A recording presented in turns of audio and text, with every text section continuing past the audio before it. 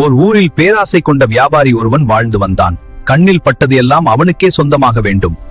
ஒரு நாள் வியாபார நிமித்தமாக சரக்குகள் நிறைந்த வண்டியுடன் வெளியூருக்கு புறப்பட்டான். வியாபாரம் முடிந்து காட்டு வழியாக திரும்பிக் கொண்டிருந்தான். தாகம் அவனை வாட்டியது.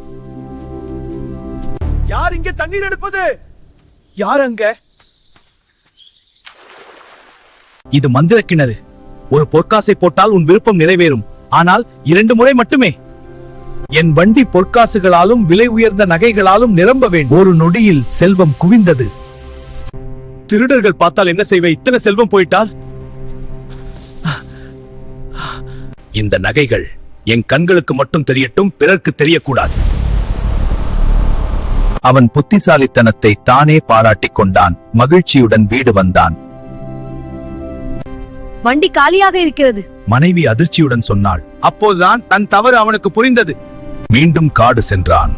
ஆனால் மந்திர கிணறு காணவில்லை.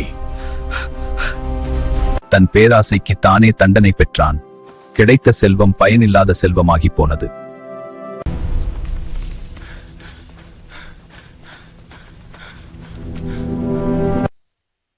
பேராசை அழிவின் தொடக்கம். அளவுக்கு மீறினால்.